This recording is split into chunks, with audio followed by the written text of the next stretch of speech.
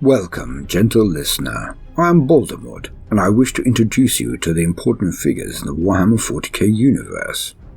So, let us explore the history and influence of the Visarch, Sword of Ynnari. The Visarch, Sword of Ynnari. Yvraine's guardian is the mysterious swordsman known only as the Visarch. In him is an echo of the Eldari at the height of their power. Acting as Yvraine's escort, teacher and confidant, he is a crucial linchpin in the Ynnari's inner circle. Any who would harm his mistress must first meet him blade to blade. No enviable task for even the most skilled warrior.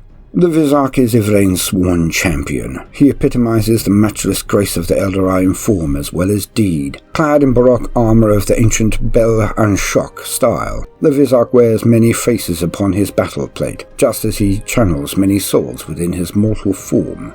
When one personality's skills are not suited to his immediate need, another rises to the fore, lending him a critical edge. The Visarch can strike with the sure sword of an exarch, channel the lethal rampage of an incubus, or use the acrobatic prowess of a witch, darting through the enemy lines to leave only twitching limbs and dismembered torsos in his wake.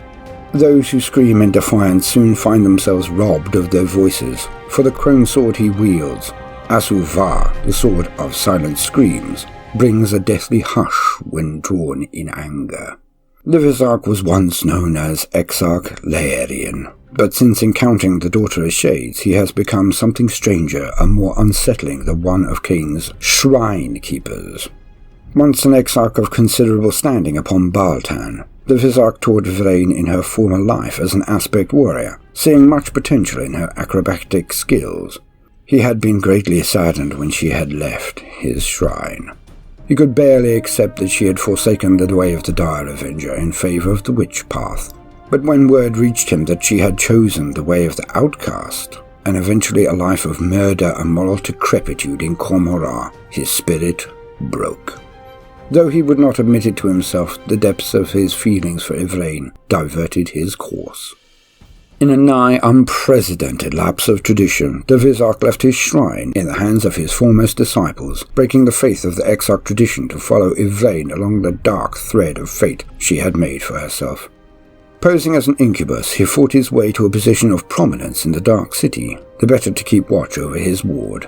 In the grand shrine of the Coiled Blade, he joined those accomplished killers sometimes called the Scarlet Incubi, by those afraid to name them. Laerian struck down the Clavex after a grueling duel and took the role as rite of conquest. Perhaps it was this act that saw him embody the ancient Eldari more than most. Perhaps it was his ceaseless study of the arts of death that drew him close to Ynnari. Perhaps it was his fate alone. From that moment on, however, Laerian found a deep and spiritual connection with the Whispering God. He has served him ever since, and in doing so been drawn to Yvraine's side once more.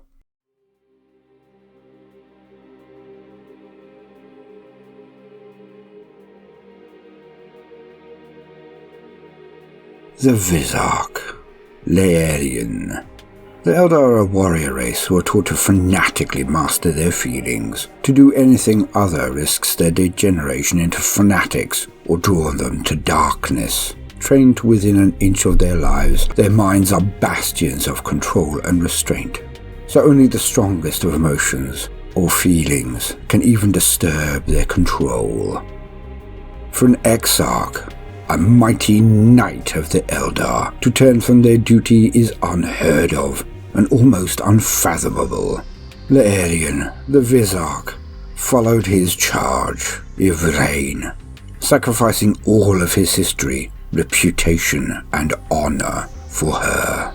It is a Shakespearean tragedy in the making. The noble knight has forsworn his honor and followed a young maiden on her journey forever downward. His path shattered and his future intrinsically, but consensually changed to match her own. Only love could do this. Only love could make a man lower himself so. Only love can make a being of such steel give up everything and descend into the hell of the Dark City.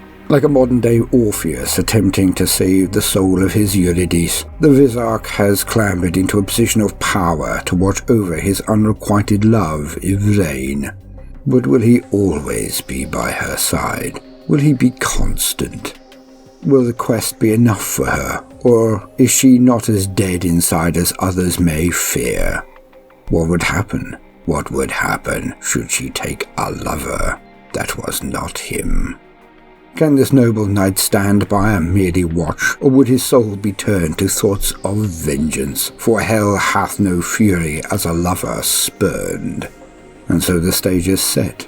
The actors adorned for this great act. What will happen is anyone's guess. But let us hope that the Rhododendron leads to a final dawn, not a Greek tragedy.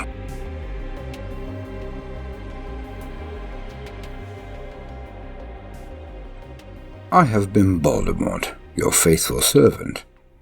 If you have enjoyed my introduction, then please consider liking and subscribing. I will be covering other characters and topics in the Warhammer 40K universe, and I would not want you to miss out.